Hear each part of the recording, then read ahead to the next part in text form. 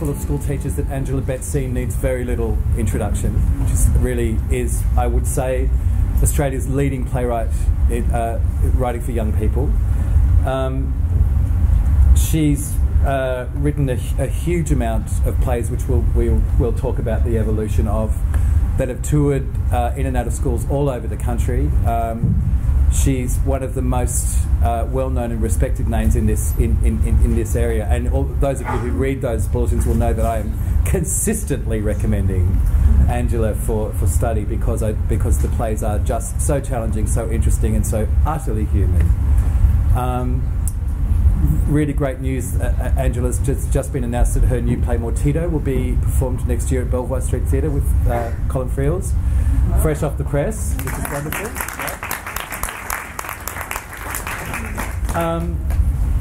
So I think probably if I could just start by, I wanted to read you probably mostly read this, but the purpose of the panel, as it's stated in the brochure, and this could change with the flow of time, but is to provide insights into the creation of theatre for young people and young audiences from the artist's perspective. How we open up possibilities for young people to make connections to art and come to understand that their own stories are powerful, focusing on current modes of creation, adaptation and presentation of theatrical works that accommodate and reflect contemporary culture. It's a reasonably broad kind of topic, but I think I would draw out of that or sort of narrow the focus slightly in terms of saying how we actually engage this inside the secondary education sector. And for me, working in the industry, and I'm sure for you as well, Angela, it's an absolutely critical point of engagement for those of us who work in the arts, because I work in the arts because I went to 5 or 6 or 7 or 8 or whatever incredible things when I was in high school, and as you do at that age, fell in love with it, and here I still am. I believe it is the only way to actually keep the industry alive and keep it going, as well as all the other more, I guess, maybe lofty reasons for talking about it. But I do think it's absolutely the coalface for all of us, and I know that gets said a lot about education, but I think it's never worth, it bears repeating, let's just put it that way. So that's kind of how I would like to focus the session, and I would like to say to anybody, if you have questions at any time, raise your hand, and we'll have a formal question time at the end or whatever, but please put your hand up if you have something that you'd like to say at any point during it, because we are also, and Angela as an artist, as a writer, and for us at the Australian Plays, we are very, very keen to hear from you and understand what your needs, your desires, your likes and your dislikes are. For Angela, obviously, for future employment. But for us also, because we receive an awful lot of questions from both teachers, but also, more importantly, from emerging playwrights and even established playwrights going, okay, so I want to write for this sector. What do I do? How do I go about it? What's your advice? So anything that you've got to share in that direction would be enormously useful, and we are also in a really good position to feed that back. So having said that, I will open up, Angela. If you can just tell us, I think, I'd be interested to know how you began writing, what drew you to playwriting, and what drew you in particular into this sector. Thanks, Tom. Actually, drama teachers drew me, a really amazing drama teacher drew me to a career in playwriting, and I think that's probably true of many playwrights or many artists, that a particular teacher in their education has inspired them to the point that they've wanted to make a life or a living out of theatre. And so, particularly, I went to school in Brisbane. I grew up in Rockhampton, but then later in high school went to Brisbane. And I had a drama teacher who encouraged me to enter a play in a young playwrights competition for the Queensland Theatre Company. And so I wrote a play specifically for this award, and I was fortunate enough to win with this play, which resulted in the opportunity to have my play read by professional actors and a director in front of an audience, and it was that was it really. It kind of really sold me on this particular career trajectory. Can I interrupt there? Yes. So, to get to the nitty-gritty, yes. What year were you, and what techniques or concepts had your drama teacher instilled in you? Like, did it come from you, or did they give you the information that you needed to create the play? Or That's a really good question. I've a really bad memory for the specifics of it, but I think at the time we were studying Australian drama. I think there was we were studying Away. I'm pretty sure I was doing a performance of Meg is it Meg? Yeah. It's Meg. No, I was playing Gwen. So it was during that time, and I think my teacher recognised in me an ability to kind of string a few words together. And she encouraged, I wasn't the only student she encouraged to enter this particular award, and she received something in the mail, in the post about the competition, and supported me to write something. And I think I sent a draft to her, and she gave me feedback on that draft, and then I submitted it. So I guess that's how it evolved.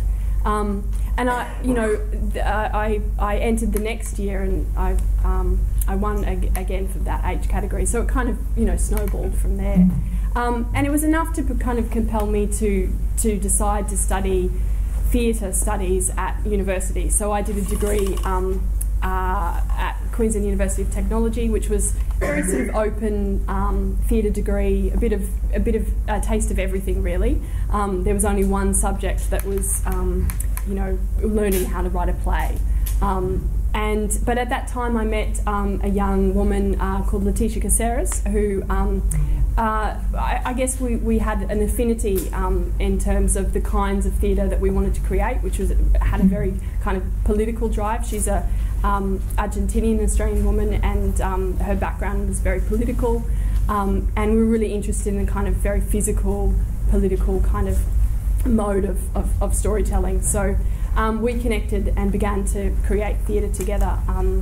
And our first experience, I guess, was pitching a play to a youth theatre festival in Queensland, and it was actually quite a difficult experience. We were very interested in a form of theatre called living newspaper, and so I had this great idea of taking news stories from the paper and turning them into pieces of theatre, and we pitched the idea that we'd do a series of these, and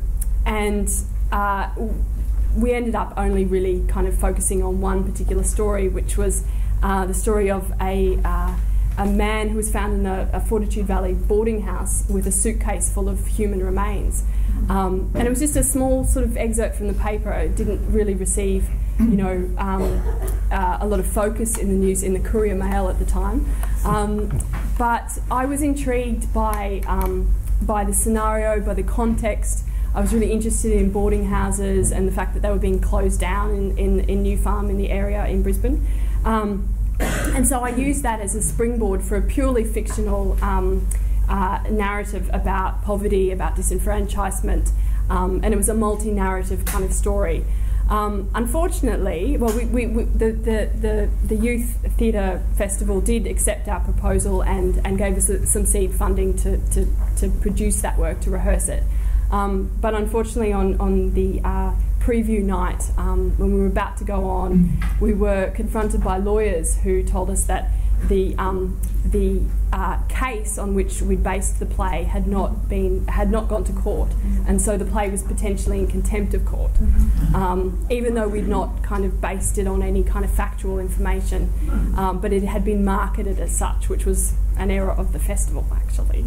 And that was a kind of a tragedy. It felt very big and real and tragic at the time for us, because we were 21-year-old artists trying to kind of, present our first work. But you're getting shut down, so that's good. Yeah, it was exciting. There was something exciting about it. We felt censored, actually, which was really... But what was interesting about that experience is we were granted the opportunity to perform the play in front of a very select group of people, and particularly some industry people. And they included some amazing women from the Queensland Arts Council at the time, and they were really impressed with the work and approached us subsequently and gave us a seed commission to to develop a play. And I had this idea of writing a play about the history of institutionalisation in Australia, and particularly inspired by an experience that I had as a child of visiting an orphanage called Nearcolt, which was based about 30 k's out of Rockhampton, which is where I grew up. And so Children of the Black Skirt was my first play really dedicated to a young audience, and started us on the journey of making work for young people. Mm-hmm. Yeah. So if I could ask a really broad, and I apologise, Angela, it's a ridiculously broad question, but if you could wrap your head around it, what does theatre do for a young audience, do you think? Like when you're writing for it, or when you when you think back on what it is that you have done so far and what those experiences have been, what do you think what are its qualities for young people? I mean, I think it's interesting when I talk to people who are making their living out of theatre, who are very dedicated to it, and drama teachers or theatre makers. They always have a really a formative kind of memory of theatre, a theatre experience, and it may not be, you know, an extraordinary play in terms of production values, but it'll be something about that kind of unique experience of seeing an actor live on stage and playing a role, particularly an adult pretending, that sparks something in the imagination. And I think, yeah, and you know, I had those experiences, and they were actually, you know, my first, you know, the moments when theatre impacted me were actually in school halls, and it was schools touring productions. That, because I grew up in a regional area, that was my first contact with theatre. But I think theatre is, I think the reason why young people love theatre is that because of its liveness, it's because it's dangerous, and because it's visceral. And you know, when we used to tour hoods into schools, it was a two-hander play, and the actor, the male actor playing the role, was a particularly kind of, I mean, it's an incredibly physical role for both actors, but he would sweat a lot, and by the end of the show, he would move, and his sweat would literally fly across the school audience. Kids would love that. They loved it, and they were grossed out by it. But they saw an actor working at the level of a pro kind of footballer. You know, it was that degree of physical, you know, activity, and I think it was impressive, you know, and I think theatre is impressive on that level because it's not that kind of cool, mediated experience that is television and film. Did that answer your question? I'm not sure if it did. Yeah, no. Yeah, oh, well, I mean, there are, as I said, it's a very big question, but I suppose to dig into that a bit more, I suppose you speak, Angela's written, some of you would no doubt have read it, an essay on our site called Writing in the Dark, which is a really beautiful essay about or circling around these kinds of topics. But one of the things that you talk about in that is this idea, which I'm very passionate about too, this idea that it teaches, at some level, it teaches empathy. Yeah. Because it kind of, I mean, one of the things I love about the theatre is that, and it's so brutal with schools audiences. You know, I can attest to that from my brief acting career. That when a school's audience is engaged, you know, the traffic, the emotional traffic is so strong, and when it's not, it really isn't. Yeah. But I was just kind of interested in what you said in that about empathy and about how that extends further into people's lives. Yeah, I mean, I think theatre is you know, an amazing medium for I think eliciting empathy in an audience, whether they're adults or young people. You know, I think there's something about being young when you're on the precipice of making decisions about the world and who you are in relation to the rest of the world, and what this notion of citizenship means. And so it's a vulnerable time, and you know, I think that experience of kind of experiencing empathy for another character, for another, can be really dramatic. But I think the reason I'm most dedicated to writing plays for young people is because of not necessarily the viewing experience, but the fact that when a play is studied in a school context, you have young people actually playing those roles. So like I played Gwen and Meg. I never played Meg. I was never given that role. You just clearly wanted to. I know. I was always given the mothers. I played Bernarda in the House of Bernarda Alvarez. But that act of stepping into the skins of another character, who may be very different from that young person. So they may be black, they may be Chinese, they may be a female. They may have a different sexual identity, and that is incredible. That kind of emotional experience of actually going, I'm walking in this other person's shoes. I mean, where do we get that kind of experience in life? We actually don't. And we live in a world where that is absolutely vital, that we actually understand the experience of what it's like to be a young woman at this point in time who's wearing a hijab to school. That's really important. Yeah. Mm-hmm. And I'm guessing I had a couple of stuttering attempts at playwriting, and I can't do it. But I'm guessing that that's something that you must stretch in yourself a great deal when you write. Mm-hmm. That you must spend a lot of time imagining this young boy of 13 or this young Arab woman or whatever, Chinese, whatever it is that you're writing. That must stretch you a great deal as well. Yeah, absolutely. It does stretch me. But in some ways, there's that thing of distancing yourself. I think playwrights become quite good at this kind of this ability to distance themselves. In fact, I kind of like characters that are as far from my own experience as possible. I'm not sure what that's about. We could psychoanalyze that. But yeah, I think research is really, for me, my plays are very research based, and it's a long process of trying to kind of get inside a particular world and get the texture of that world and those characters. And also I work very closely with actors, and there's a point where we meet each other halfway, and they then complete the role, and then sometimes I will rewrite in response to their performance. So there's a character which is the Black Skirt in Children of the Black Skirt, who's this silent character, and the actor who played that role for many, many years was amazing, and she had a huge influence on how that character manifested in the eventual text. And I'm going to say little known, but it's just little known to me perhaps. But I directed a play earlier this year that was written for a bunch of actors in Melbourne, and I read it, and it was just full of these completely random, really strange things that characters did or said, and were in various weird states. And I spent a lot of time with these students I was working with trying to figure out, as you do, the reasons for why people behave the way they do, and what's the writer's intent here. And in the end, there was about 3 or 4 things that we just couldn't solve at all.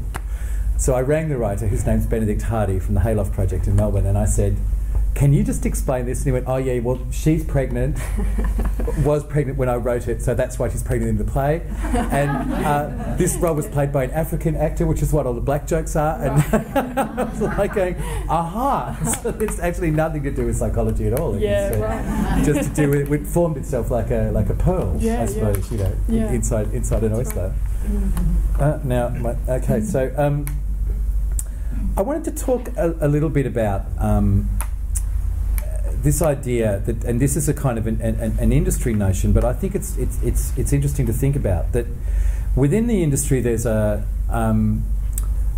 perception, I think, with some people that writing a play for Sydney Theatre Company or for Belvoir Street or a big commission like that is somehow considered more senior or more glamorous, more groovy or whatever than writing for young people, even though actually, statistically, people who write plays for young people have a much, much, much larger audience, and in many cases a much larger income as a result, which is an interesting. It's true. It's really strange. Like with sales of plays as well as audience attendance, it's a really fascinating thing. It's a problem that I've been thinking a lot about as a curator on the site, because we have a very limited amount of plays for young people, and I think part of the reason is that a lot of emerging playwrights kind of go, ugh. I just wondered if you could talk to that a bit, and also how you feel that that's affected your work or not affected it, or positive, negative, whatever. Yeah, I think I think writing for young people is certainly pigeonholed. It's kind of put in the corner, and it's sometimes seen by some people as a kind of a lesser form or a lesser sector, or as a stepping stone up to big people's theatre. And that's us.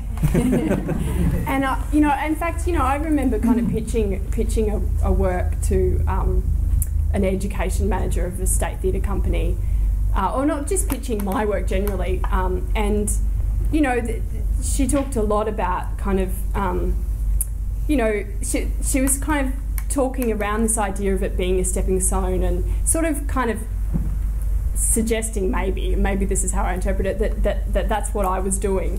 And she didn't know me very well, and she didn't know my work very well. But I take great offence to that, because I feel very dedicated to this sector and to this audience. But at the same time, I think more successfully in the last 5 years, I've been able to step between the two. I hate to differentiate, because if I tell a story, I really want it to be exciting and of interest to any age. Unfortunately, there's certain kind of there's cut-off points in terms of language and content. So the play that I've got on at Belvoir next year is it's about cocaine and globalisation, and there's a lot of swearing. It's a bit full on, but I think teenage audiences would actually really like it personally. But it may not be appropriate for all young people to go and see that play. But when I write a play for young people, I want all ages to enjoy it. But I'm really interested in that point that you made about kind of income, which interests me, because the culture in theatre at the moment is, in the main stage at least, is that there's very much a kind of one season culture. So if you get commissioned to write a new Australian play, it gets performed by that company that commissions it, and then it's really difficult to get a second production. It's not unheard of, but so it kind of dies. And you dedicate 3 years of your life to writing this play, and then it has quite a small exposure, especially if it's at a company like Griffin. It's really limited, and for me, the excitement of writing for young people is that the size of the audiences, the scope of the audience. So you go into really remote regional areas with a show, and you get to perform it at the Opera House as well, which is really exciting. And in terms of financial stability, writing for young people has kept the wolf from the door. In terms of the bread and butter that is production rights, performance rights, and sales of scripts. It helps a lot. And I recognise that some of my peers who don't write for young people aren't receiving that income. So there's pragmatic reasons. And also, I think also the thing is, as I sort of opened up the session with, is the notion that is, as has been the case with plays like yours, it's not just seeing, as you say, Griffin or whatever, kids in Northern Territory and North Queensland, Northwestern Australia, South, country towns and all over the country are getting a touch and a taste of it, and that's an enormously exciting thing. But I did want to pick up on something that you said then, which is something that I've been puzzling a bit in my role as literary manager, which is this thing about content, particularly to do with, I suppose, around language, sexuality, drugs, you know, the flashpoints, and obviously all states are different, and each state, you know, each education department has a slightly different take on that. But I wondered, as a writer for you, I mean, as you say, you certainly need to take that into account, and so first of all, how does that work for you? But second, again, in your essay, you talk about wrapping. I think the phrase you use is sort of, I can't remember, wrapping things up like a fairy tale, like dressing, using certain kind of established structures in order to talk about things that would, without that structure, might not pass the what you name as sort of the gatekeepers, I guess, in that essay. That's a big thing, but can you speak absolutely. to that? I mean, I particularly encountered this dilemma without the first work that I wrote for young people, which is Children of the Black Skirt. And once I've started to do the research into these stories of kids in institutions, you know, if anyone's kind of delved into that area, you know that it's harrowing. It's harrowing research that, you know, it was extraordinarily traumatic just to read about the experiences of these children under state and church care. And so, you know, I don't think I would have put that content unmediated in front of an adult audience without really carefully thinking about how I was going to frame it, because I just don't think that it's, you know, as much as I love Sarah Kane's work, I'm not a brutalist, and I don't want to put that kind of, you know, horror in front of an audience necessarily. I actually think there's I'm interested in a different way of framing it. So I realised that, you know, with this material, I had to kind of find some kind of language, and that ended up being fairy tale. And what I ended up creating was a kind of Gothic Australian fairy tale that had a kind of, you know, mythic quality that didn't really place it in any particularly real context. It wasn't set in Near-Cole Orphanage, you know, that was run by the Sisters of Mercy. But this figure of the black skirt kind of represented the church, and her rosary beads of scissors, you know, is a kind of crucifix. And Harold Horrocks as a character, if any of you are familiar with it, is he represents the state. And so, you know, I was searching for these ways of kind of distancing us from it, and kind of, you know, bypassing any kind of potential, you know, areas of conflict that we might have, particularly, you know, going into Catholic schools. You know, I mean, yes, there are some religious schools that aren't, you know, are kind of opposed to stories of narratives about ghosts and spirits. So I guess Children of the Black Skirt doesn't really get past that. But, you know, in a way, I think fairy tales have traditionally been ways of talking about very difficult subject matter. If we think about Hansel and Gretel and the origins of that narrative, you know, it's a story about poverty, it's a story about child abandonment, and that was a reality. It still is a reality. And so, yeah, I started to kind of find different ways of telling these stories. And I've liked those challenges. I've liked the fact that I've been forced to think about how I tell stories. Well, I suppose it's one of those things, isn't it, that sometimes those obstacles create an opportunity. I remember years ago being at a lecture of a Russian actor who some of you may have seen, Ramaz Nazi, I can't remember his name now, but he's a Georgian actor, and he came out here with a very famous production of Richard III in the 80s, which was extraordinary. And he gave a lecture years later, after the Soviet Union was down, about two things, about how in Russian theatre they only did principally Russian folk tales, Chekhov and Shakespeare, and so the folk tales were for the kids, and certain of the Shakespeares, like Midsummer Night's Dream, is a children's play in the Soviet Union, you know, whereas Hamlet is an adult's play. But more importantly, they were so restricted in terms of what they could say politically in that system, that the slightest kind of nuance, the slightest variation in the way they played it could give a very strong political message. And in this particular production, he was dressed as my brains! I've just got off a plane from Europe last night, so my brain's a bit scrambled. Who was the big nasty Russian president before Yeltsin, I don't know, one of them anyway, in the 80s. I forget. Anyway, one of them. This Richard III was dressed exactly. I think it was earlier. Anyway, he was this was dressed exactly like him and costumed exactly like him, and the secret police came into rehearsal and said, "You can't." It was Richard III. You know, you can't have this famous villain dressed like this politician. And they said, "Oh, comrade, what do you mean? Are you accusing our president of being Richard III?" And like, he managed to flip it back on them. That's great. But there's a great tradition of doing that. Yeah, absolutely. Being really subversive through art. Yeah, and it's really, I mean, it is one of its pleasures, both as an artist and a viewer, I think, is those moments when it kind of cuts against what it was. Yeah, probably Khrushchev. And so, in terms of your writing, though, is it something like when you get a commission, or when you think about writing something, is that a big conversation that you have with whoever's commissioning you, where you kind of go, "Look, I'd like to write about this. This is how I want to tackle it." Or is it something more private, more sort of something that you sift on your own?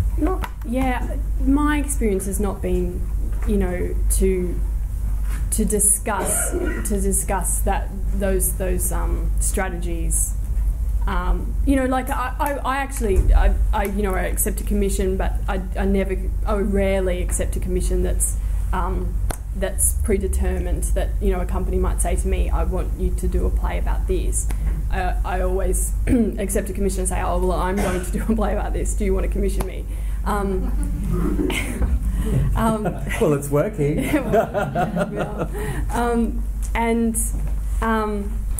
So I guess, you know, the risk is that you write it and then it doesn't quite fit the parameters of the company, or it's considered to be too dark. You know, and I've had that experience where, you know, it's been very difficult to get a play that I've written for children happening. And, you know, I think it's quite light, actually. And, you know, I think I've employed all of those, you know, those strategies, but, you know, it's still not popularist enough or commercial enough, perhaps. You know, and this is all in the context of a children's theatre industry which is very much driven by adaptations of children's novels. And so, you know, when I first started out making work for young people, we were really well supported by the Sydney Opera House, who would give us some funding to rehearse and develop a play, and then we would premiere it at the house, which was a fantastic time. But now I see, like, you know, a season of 10 adaptations of The Snail and the Whale and the 13th Story Treehouse, you know, some of which I'm sure, you know, I've seen, and some of amazing plays. But underneath that is a kind of a drive which is about bums on seats. It's about, you know, plays that are easily marketed. And it's very challenging for people like Finnegan and I, who are creating original work. We don't have a prior existing audience. There's not that audience recognition of our work necessarily. So it's really challenging to get material on. So, you know, trying to, you know, combat that, it's a bit of a challenge. And just one last large question before we open it up for other questions. In your essay on the site, you talk about this idea of helicoptering, both the helicoptering parent, helicoptering in the classroom, and helicoptering in a kind of much larger sort of social thing.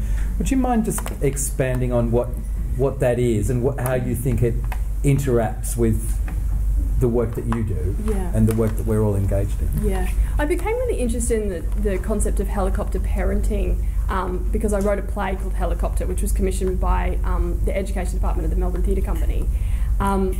And so I started to research the origins of that term, and I forget the guy now, but it's a quote found in a child psychology book where a child describes.